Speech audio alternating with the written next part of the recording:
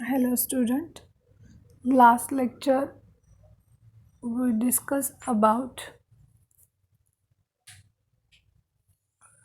single entry system problem number 2, and today I will explain you second problem.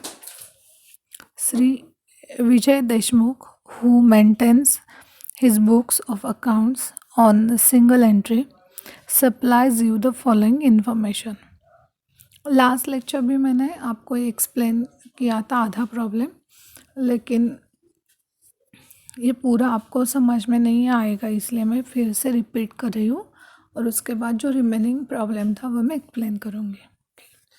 Particular and to dates है यहाँ पे 31 दिसंबर 2018 and 31 December 2019 means opening year जो होता है वो and closing year.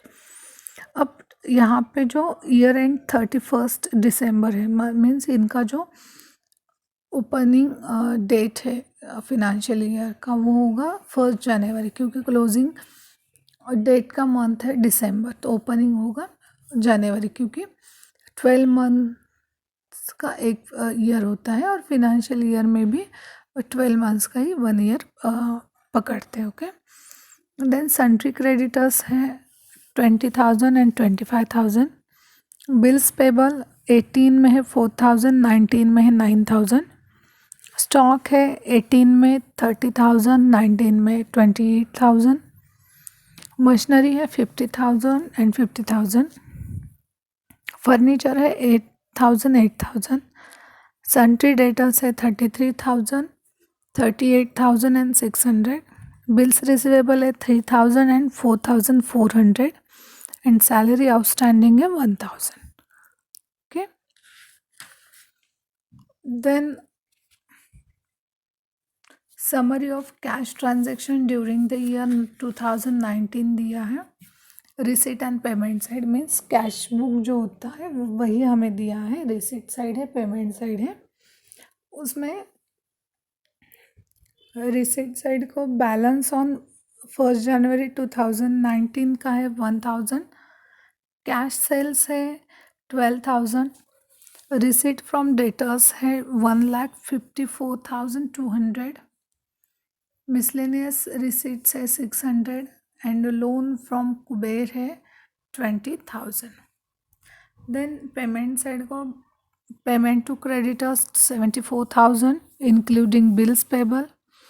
Bye wages 22,000. By salaries 25,000. By office expenses 16,000. By drawings 14,000. by fixed deposits 10,000 and by machinery 20,000 and balance carried on 6,800. Okay, and discount allowed where rupees 1,800 and discount received during the year rupees 1,000. allow है 1,800 and received हुआ है 1,000. and you are required to prepare the trading account, profit and loss account for the year ended. Then उन्होंने information दी है, मतलब adjustments है 31 and profit and loss account for the year ended 31st December 2019. After taking into consideration the following adjustment. First one, office expenses included insurance at rupees 1,000 per annum paid up to 31st March 2020. Second one is wages rupees 4,000 are due on 31st December 2019. 19. Then sundry debtors rupees 1,600 are to be written off as reserve for the bad and doubtful debts.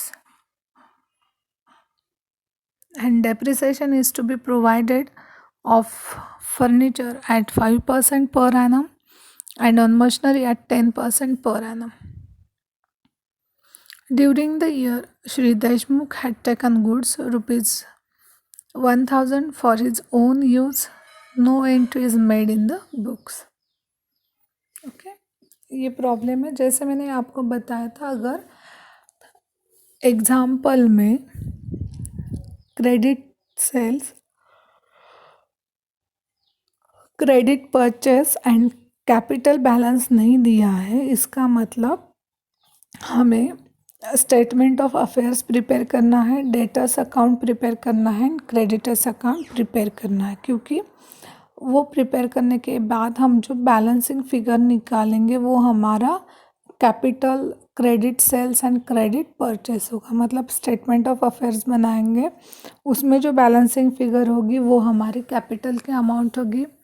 उसके बाद debtors account close करने के बाद जो balancing figure मिलेगी वो credit sales होगी, and creditor account close करने के बाद जो हमें अमाउंट मिलेगी बैलेंसिंग फिगर निकाल के वो हमारे क्रेडिट परचेस होगी। ओके, तो फर्स्ट हम क्या करेंगे, जैसे मैंने बताया कि पहले हम टिक आउट कर लेंगे प्रॉब्लम में किसके ऊपर एडजस्टमेंट है उसे। उसके बाद हम प्रिपेयर करेंगे, मतलब कॉलम बनाएंगे, सॉरी, उसमें पहले स्टेटमेंट ऑफ अफेयर्स बनाएंगे, debtors account and creditors account बनाएंगे, और उसके बाद trading and profit and loss बनाएंगे एंड बैलेंस शीट। ओके, तो फर्स्ट हम क्या देखेंगे, पहले statement of affairs as on 31 दिसंबर 2018। ऊपर हेडिंग होगा in the books of mister Deshmukh, single entry इसलिए उनका नाम देके हम बाकी के सब एंट्रीज कर देंगे। ओके, तो statement of affairs means balance sheet ही होती है, liability side and asset side. Okay, यहाँ पे हम क्या करेंगे, डेटर्स क्रेडिटर्स लेंगे लायबिलिटी को, उसके बाद बिल्स पेबल लेंगे, क्रेडिटर्स जो है मतलब जो हमें इंफॉर्मेशन दी है पर्टिकुलर्स में, उसमें हमें 18 का बैलेंस और 19 का दिया है, मतलब opening and closing balance.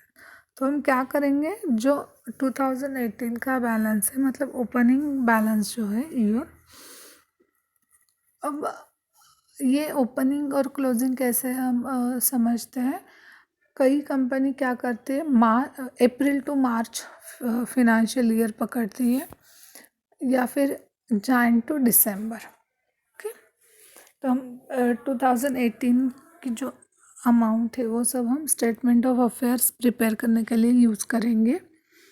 Creditors 20,000, bills payable 4,000, outstanding salary 1,000, and उसके बाद stock 30,000, machinery 50,000, furniture 8,000, debtors 33,000 and bills receivable 3,000, and cash जो है वो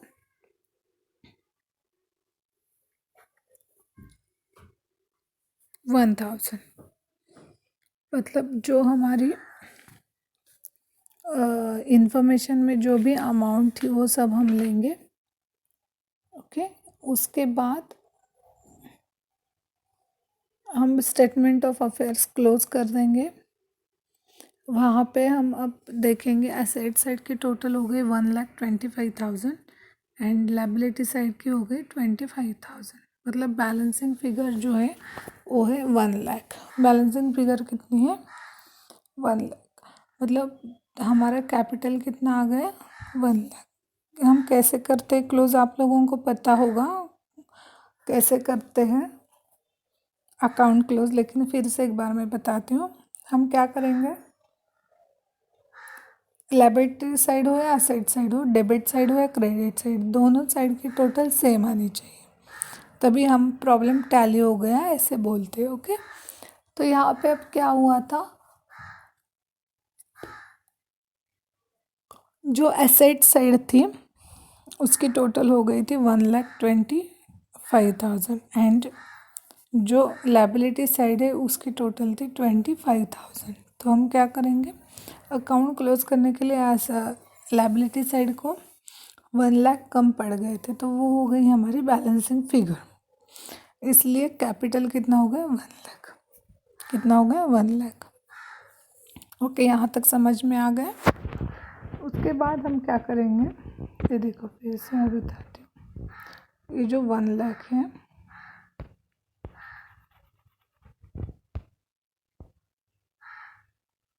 जो 1 लाख है, ये हमारे कैपिटल बैलेंस मतलब बैलेंसिंग फिगर हो गई।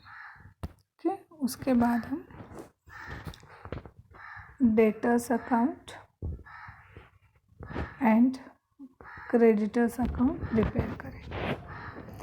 इसमें including bills receivable and including bills मतलब bills payable and bills receivable including बताया है। अब जब हम डेटर्स अकाउंट ओपन करेंगे ना, तब हम क्या करेंगे, डेटर्स का opening balance to balance brought down करके लेंगे एंड जो क्लोजिंग बैलेंस है वो कैरिड डाउन करके लेंगे। यहाँ पे आपको स्क्रीन पे दिखाई दे रहा है टू बैलेंस कैरिड डाउन, वहाँ पे ब्रॉड डाउन करो। यहाँ पे कैरिड डाउन है ना, ये ब्रॉड डाउन करना है आप लोगों को। सेकेंड,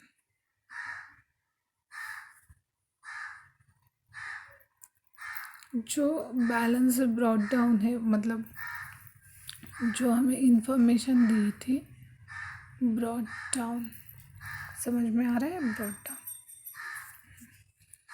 तो हम क्या करेंगे, बैलेंस ब्रॉड डाउन लिखेंगे 33,000 एंड क्रेडिट को लिखेंगे सब मतलब 2-4 लाइन छोड़ के लास्ट में लिखेंगे to balance carried down 38,600। Okay, then bills receivable, जो हमें एडिशनल इंफॉर्मेशन स्टार्टिंग में जो इंफॉर्मेशन दी है वहाँ पे है बिल्स रिसीवेबल ओपनिंग है मतलब 18 के है 3,000 एंड क्लोजिंग बैलेंस है 4,400, जो हमने क्रेडिट साइड को लिखा है। उसके बाद डिस्काउंट अलाउड जो है, डिस्काउंट अलाउड जो है वो है 1,800। डिस्काउंट अलाउड कितना है, 1,800।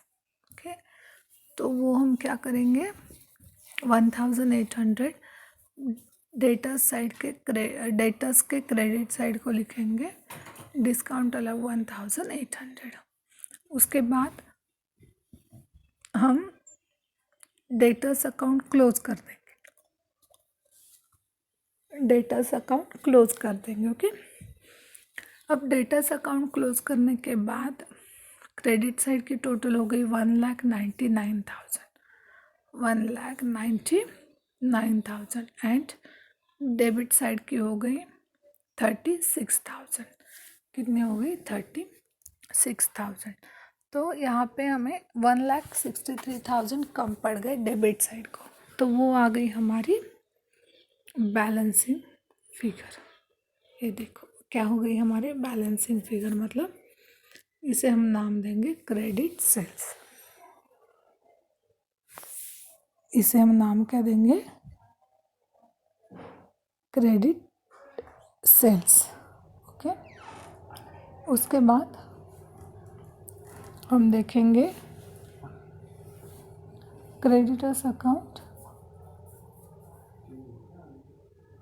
टोटल क्रेडिटर्स अकाउंट हमें प्रिपेयर करना है, उसमें क्रेडिट परचेस जो है वो हम निकालेंगे, वो हमारी बैलेंसिंग फिगर जो होगी वो हमारे क्रेडिट परचेस हो गए। ओके, अब हम क्या करेंगे, क्रेडिटर्स अकाउंट के क्रेडिट साइड को ओपनिंग बैलेंस लिखेंगे। डेटर्स के डेबिट को लिखा था ओपनिंग बैलेंस, अब क्रेडिटर्स के क्रेडिट साइड को लिखेंगे ओपनिंग बैलेंस 20,000। उसके बाद टू कैश करके हमने 74,000 लिखे हैं। टू कैश हमने कितने लिखे हैं, 74,000। 74,000। अब ये क्या है 74,000 जो हमारे पास कैश बुक दिया है हमें एग्जाम्पल में, उसमें पेमेंट साइड को लिखा है to payment by payment to creditors. By payment to creditors मतलब हमें क्या मिला है, वो जो पेमेंट है वो to by payment to creditors including bills payable है। इसलिए हम क्या करेंगे, क्रेडिटर्स अकाउंट के डेबिट साइड को टू कैश लिखेंगे, टू कैश लिखेंगे 74,000। जैसे हमने डेटर्स अकाउंट के क्रेडिट को लिखा था बाय कैश, जो रिसीट फ्रॉम डेटर्स था वो, वैसे यहाँ पे भी 74,000 हमने वहाँ से लिए हैं। फिर से सुनो कहाँ से लिए 74,000, जो पेमेंट साइड को बाय पेमेंट टू क्रेडिटर्स दिए हैं वो लिए। ओके, उसके बाद डिस्काउंट रिसीव्ड है 1,000 वो लिया, and bills receivable closing balance debit को लिखेंगे और ओपनिंग बैलेंस क्रेडिट को। तो एक्चुअल में क्रेडिटर्स के डेबिट साइड हो गई 1,09,000। कितनी हो गई 1,09,000। एंड क्रेडिट साइड को कितनी अमाउंट कम पड़ गई हमें 85,000, क्योंकि क्रेडिट की अमाउंट कितनी थी 24,000। तो इसलिए जो बैलेंसिंग फिगर आ गई इसे हम बोलेंगे 85,000 को क्रेडिट परचेस। क्या बोलेंगे इसे, क्रेडिट परचेस। ओके, अब हमें क्या क्या मिला, कैपिटल मिल गया, क्रेडिट परचेस मिल गया और क्रेडिट सेल्स मिल गया। अब हम trading account, profit and loss account and balance sheet prepare करेंगे। अब हम क्या करेंगे, trading account, profit and loss account and balance sheet prepare करेंगे। ओके, तो जो ट्रेडिंग अकाउंट है वहाँ पे लिखेंगे for the year ended 31 December 2019। Okay, तो debit and credit side, debit को लिखेंगे ओपनिंग स्टॉक 30,000 एंड क्रेडिट को लिखेंगे बाय, एक सेकेंड, ट्रेडिंग अकाउंट के डेबिट को लिखेंगे हम टू ओपनिंग स्टॉक 30,000 जो हमें इंफॉर्मेशन में दिया है, एंड क्रेडिट को लिखेंगे क्लोजिंग स्टॉक 28,000। ओके, उसके बाद टू परचेस लिखेंगे 85,000, जो हमने अभी बैलेंसिंग फिगर निकाली थी वो लिखेंगे 85,000।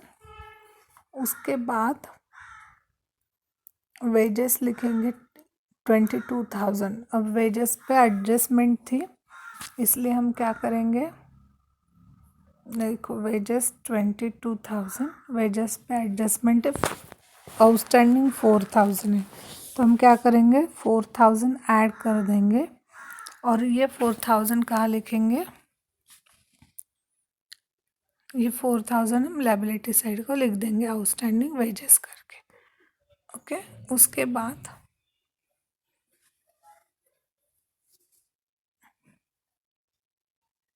बाय सेल्स जो है कैश और क्रेडिट दोनों सेल्स लेंगे, क्योंकि हमें इंफॉर्मेशन में कैश सेल्स भी बताया है 12,000 और हमने निकाले क्रेडिट सेल्स 1,63,000। तो टोटल सेल्स हो गए 1,75,000। टोटल सेल्स कितने हो गए 1,75,000। उसके बाद ड्राइंग्स है 1,000 एंड क्लोजिंग स्टॉक तो हमने पहले से ही लिखा था 28,000। तो अब हम क्या करेंगे, प्रॉफिट कैलकुलेट करेंगे, ग्रॉस प्रॉफिट कैलकुलेट करेंगे। टोटल ट्रेडिंग अकाउंट के 2,04,000। ओके, तो हमें 2,04,000 से मतलब ट्रेडिंग अकाउंट क्लोज करने के लिए हमें 63,000 कम पड़ गए डेबिट साइड को, मतलब हमारा ग्रॉस प्रॉफिट हो गया 63,000 हमारा क्या है, ग्रॉस प्रॉफिट हो गया। क्या क्या लिया समझ में आ गया? हमने क्या किया, पहले हमने क्या किया, ओपनिंग स्टॉक ले लिया एंड क्लोजिंग स्टॉक लिया। उसके बाद सेल्स, क्रेडिट, सेल्स लिए, कैश और क्रेडिट परचेसेस लिए पूरे के पूरे। उसके बाद वेजेस लिए, उसके ऊपर एडजस्टमेंट आउटस्टैंडिंग वो ले लिए। उसके बाद ड्राइंग्स।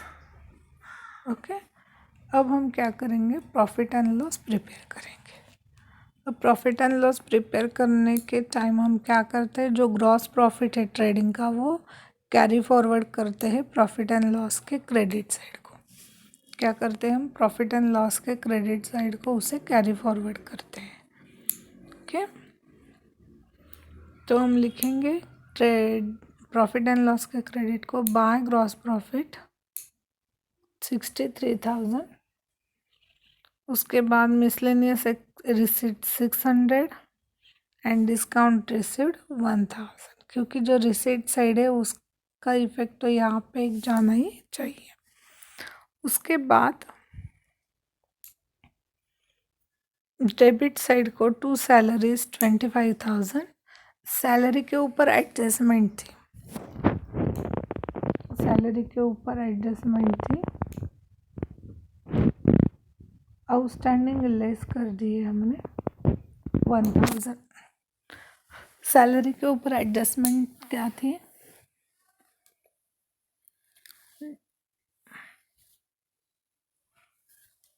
ऑफिस सैलरी हो गई।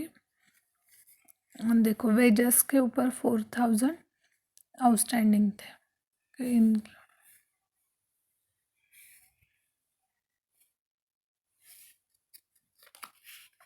उसके बाद हम क्या करेंगे,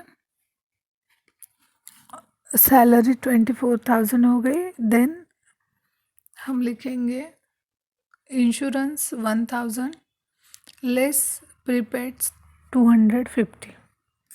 इंश्योरेंस लेस प्रीपेड कितना है, 250। ओके, उसके बाद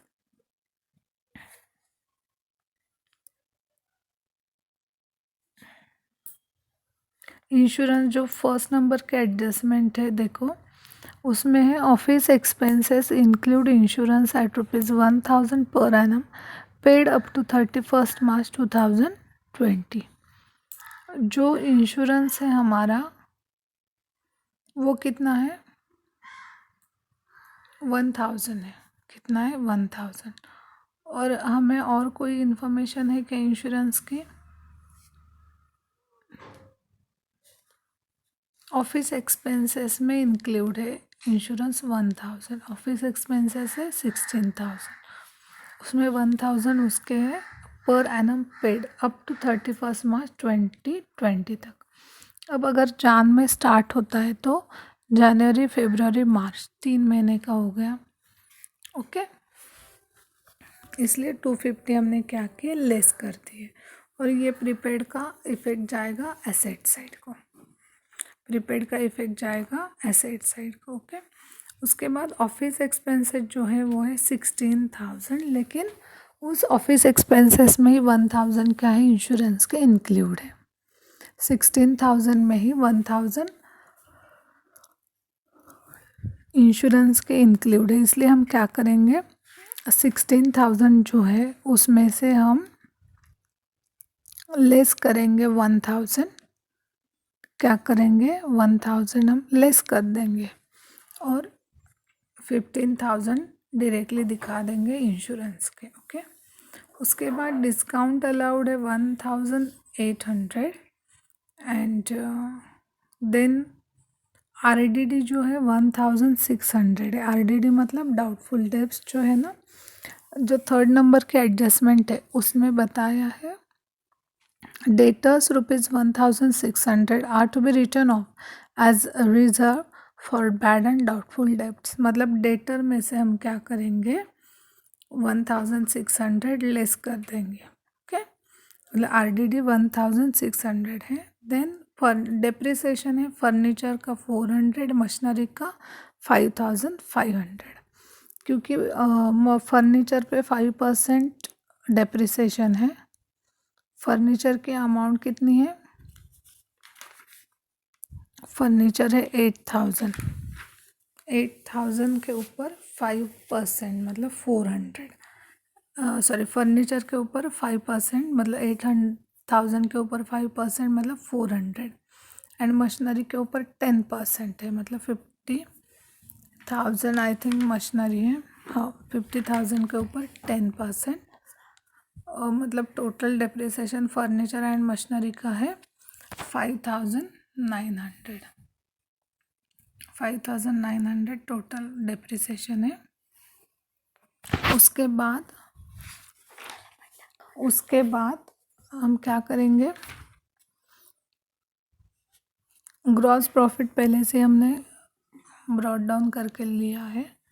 देन हम मिसलेनियस रिसीट लिखेंगे 600 एंड डिस्काउंट रिसीव्ड 1000, तो हमें नेट प्रॉफिट मिलेगा क्योंकि डेबिट साइड को हमारा बैलेंस कम पड़ रहा है। तो profit and loss account tally करने के बाद हमें नेट प्रॉफिट मिलेगा 15,550, मतलब नेट प्रॉफिट कितना हो गया? 15,550 रुपीज़। समझ में आ गया यहाँ तक? अब हम नेट प्रॉफिट मिल जाने के बाद हम बैलेंस शीट बनाते हैं। बैलेंस शीट में क्या क्या होता है? Liability side and asset. क्या क्या होता है बैलेंस शीट में? Liability side and asset side होते हैं। ओके, लेकिन उससे पहले आप लोगों को ट्रेडिंग अकाउंट अच्छे से करना है and profit and loss account.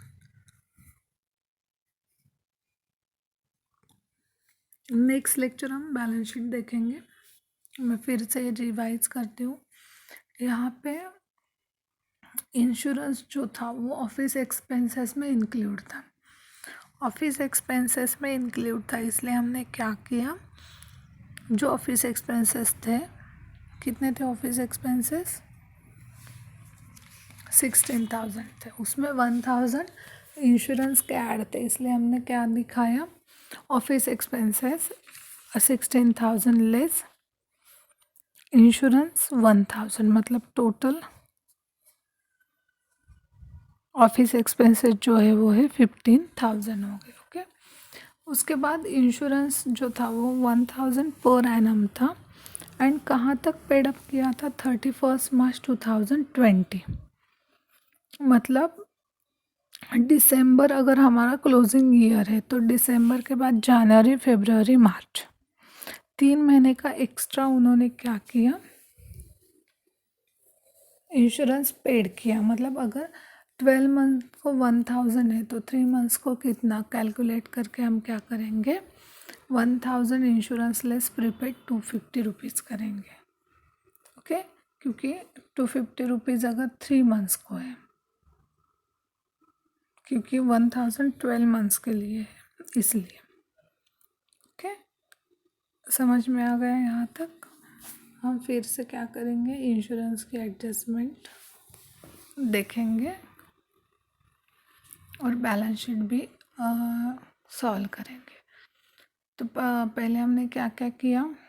हमें एग्जाम्पल में कैपिटल नहीं दिया था, क्रेडिट सेल्स नहीं दिए थे और क्रेडिट परचेस नहीं दिया था, इसलिए हमने कैपिटल निकालने के लिए पहले हमने स्टेटमेंट ऑफ अफेयर्स बनाया। उसके बाद हमें बैलेंसिंग फिगर निकालने के बाद हमें कैपिटल की अमाउंट मिली। उसके बाद हमने डेटर्स अकाउंट बनाया जिससे हमें क्रेडिट सेल्स मिल गए, और क्रेडिटर्स अकाउंट बनाया उससे हमें क्रेडिट परचेस मिल गए। ओके, उसके बाद हमने as usual trading account and profit and loss account बनाया। ओके, ये सब होने के बाद अब जो एडजस्टमेंट थी वो भी हमने सॉल्व कर ली।